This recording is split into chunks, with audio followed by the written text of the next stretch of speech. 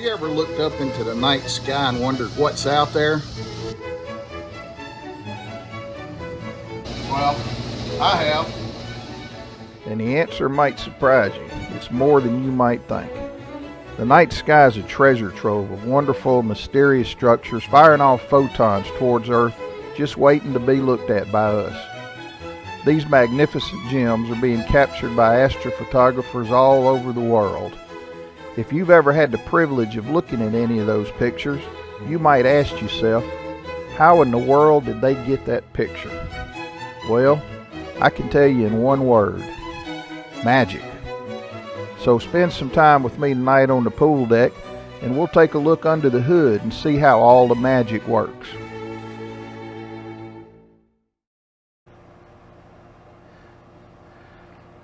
Greetings all. I'm Coma. You're watching Coma Astrophotography. Tonight we're going to go after the Wizard Nebula. But before we get started, I thought I'd give you a look at my equipment and give you a quick look around the pool deck and show you what the views are. Okay, while it's still daylight, I thought I would show you the views that I'm working with so you can get an idea about what I'm looking at the night sky. This is my view. I'm standing next to the telescope looking due south.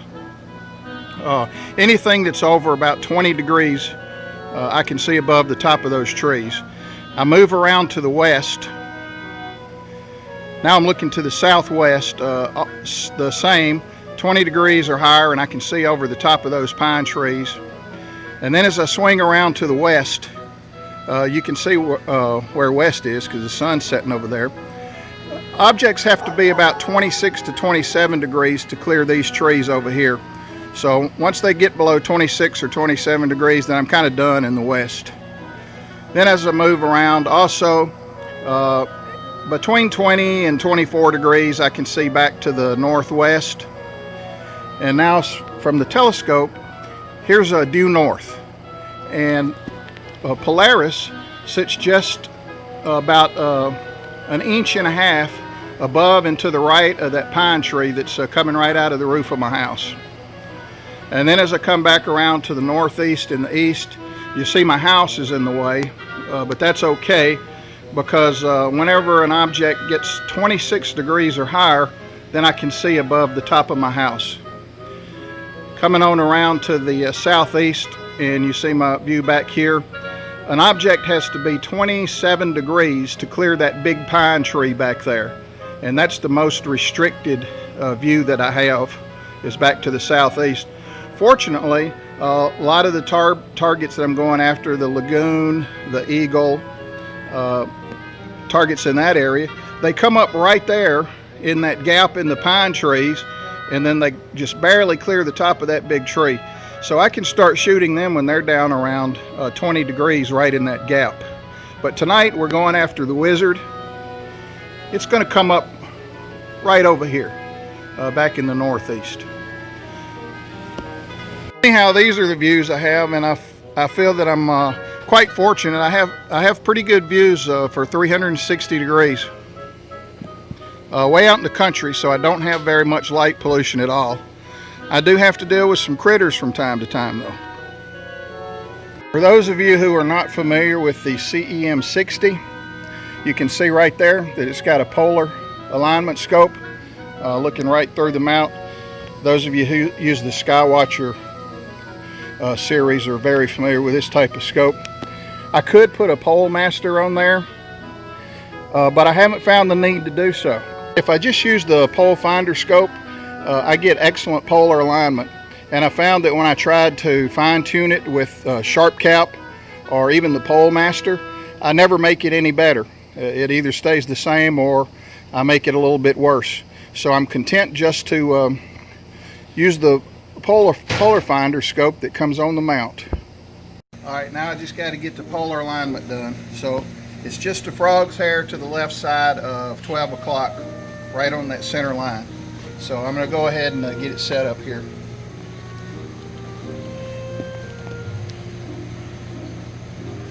Okay, I see it yonder. I'm not too far off.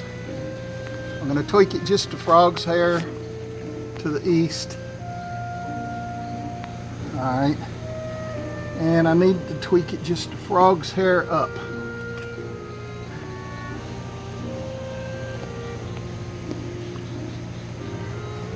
Okay, we're polar aligned. It's right there.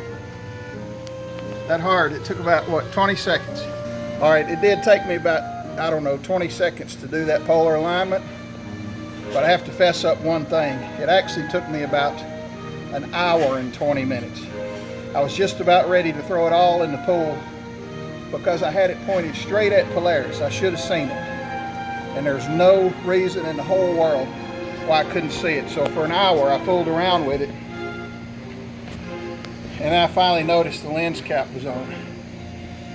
So it took me an hour with the lens cap on, and then about 20 seconds once I took it off. So it happens. Okay, I've got Stellarium called up here. We're pointed right up here in our park position up close to Polaris.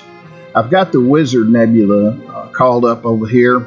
If you go up here and look at the altitude, you see that it's 2557. So that's almost 26 degrees. That's when I'll be able to see it over the top of my roof.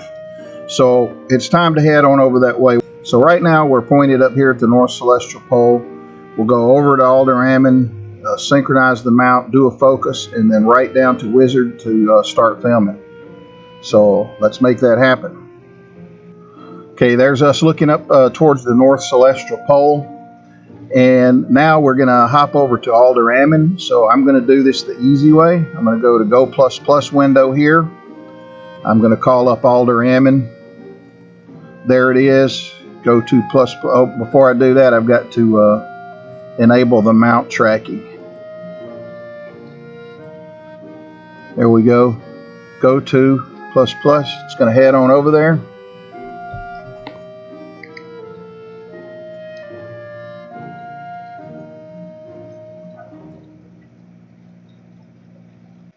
Exposure started. Right. Doing its picture to see if it's in the right spot. You should see Alder Ammon right here in the middle. Okay, it didn't go to the right spot, but it did a plate solve. It knows where it's in. It was within 3,500 pixels, so it just made a small adjustment. Now it'll take another picture to see if it got in the right place. Looking for Alder Ammon right here in the middle. Exposure finished. It's close. Go to plus finished. Okay, it's there. So we're on Alder Ammon. Now what we'll do is go up here to the sync button, synchronize the mount. Now the mount knows where it's at. It's also going to show us in Stellarium. So there it is. If you had any doubt, there we are right there on Alder Ammon. So now we just need to get our focus. So let me go put the bat knob mask on and I'll be right back with you. Okay, just put the bat knob mask on. I'm going to go to live view and I'm going to switch the exposure time down to 1 second. I like to do 1 second when I'm in live view. Okay, so there's Alder Ammon with the bat knob mask on. We're pretty close to focus. I'm going to call up the magnifier to see how close we are. All right, what needs to happen to be in focus is that central spike right here needs to be exactly halfway in between this X. It needs to split that X. And you can see it's not quite there. It's just a frog's hair off. So we need to move it just a tad bit up here to the left. So we'll go and make that happen and see if we can get it exactly on focus.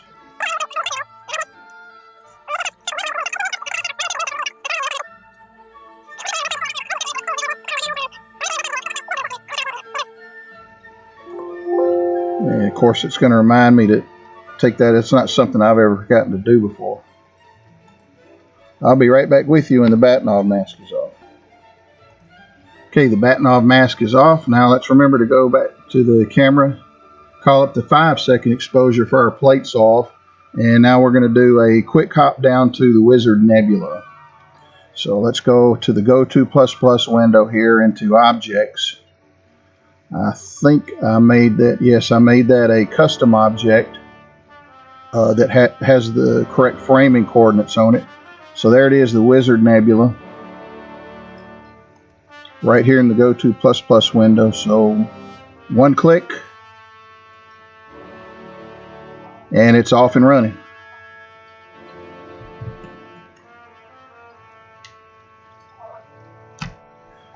Okay, it's already there. Now it's going to take a quick exposure to see if it's got in the right spot. Exposure finished. It's pretty close. It's down here, it's going to make a small adjustment. It tells you here it got to within 941 pixels. It's just made a small adjustment. And it's going to get exactly in the right spot. Exposure finished. Go to plus finished. Okay, so there we are, right on the Wizard Nebula. This seems to be the correct framing, but I happen to know that I've got a little rotation from the previous session to now. So let's go and look at a picture that I had from a previous session, and we'll make sure that we're framed and oriented exactly the right way. So here's a picture that I had of the Wizard Nebula from a previous session. You can see we're right here on top of the star in the middle. These two stars down here are almost directly underneath, but just slightly to the left, and then that bigger star down here. So keep your eye on this star and these two stars right here when I take the next live shot. And I think you're going to see this is going to stay there, but these are going to jump back up here, indicating that we've got some rotation that we need to fix. So here comes the shot. Exposure started. Keep your eye on these right here. Exposure finished. Yeah, so see they're up here. So I need to rotate the camera maybe by about 60 degrees to get these two stars back down here, and then we'll be framed up perfectly. So I'm going to go rotate the camera to move these stars back down here, and I'll be back with you when I get that done. Okay, so here we're back after that last camera rotation. That's looking pretty close to me. Let's just take one more quick peek. So keep your eye on this star here in the center and these two in the bottom. And I'm going to call up our previous picture of the Wizard and just watch these stars and make sure they're in about the same place. Okay, there is slight bit of rotation, but I think that's as close as I'm going to get it. And that's going to be close enough so that we're not going to have to cut away very much of the image. So I'm okay with this framing, but that's how you do the framing from one session to the next session.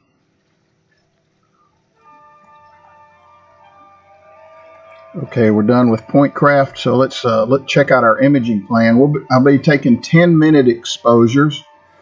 Some quick math tells me that 12 exposures at 10 minutes each will get me 2 hours of hydrogen, 2 hours of oxygen, and 2 hours of sulfur.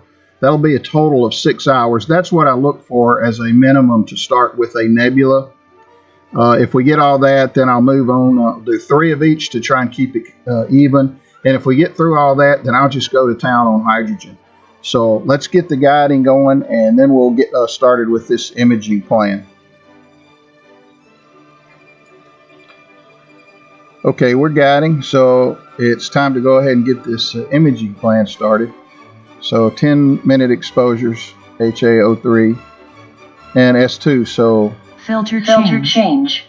Here goes our first exposure, and I will be back with you when we have a picture to look at. Okay, here comes our first image. 7 more seconds. Wait for it. Wait for it. Exposure finished. Dithering started. Filter change. Booyah. Who's your daddy? Look at that. Look at that. That's beautiful. This is going to work. Folks, this is going to work. Let's consider just for a moment what we did, this hobby of astrophotography. We just took a bunch of equipment. Exposure camera, started. filter wheel, focuser, telescope, auto guide camera. We hooked it all up. It's all talking to each other, all controlled by the computer, so that we can precisely point this telescope at a target in the night sky that we cannot see. Focus on that target that we cannot see, and then precisely track that target that we cannot see across the sky at the precision to 10 minutes later have a star that's round, a target that's not blurred out. Who would have even thought that this is out there, much less that with the right kind of equipment, with the right kind of patience, that we can go and take a picture of it. I got to tell you, if this don't make your blood boil, I don't know. This is going to work. I can't wait to see what the final image looks like. I'm pretty psyched about this. This is going to be great.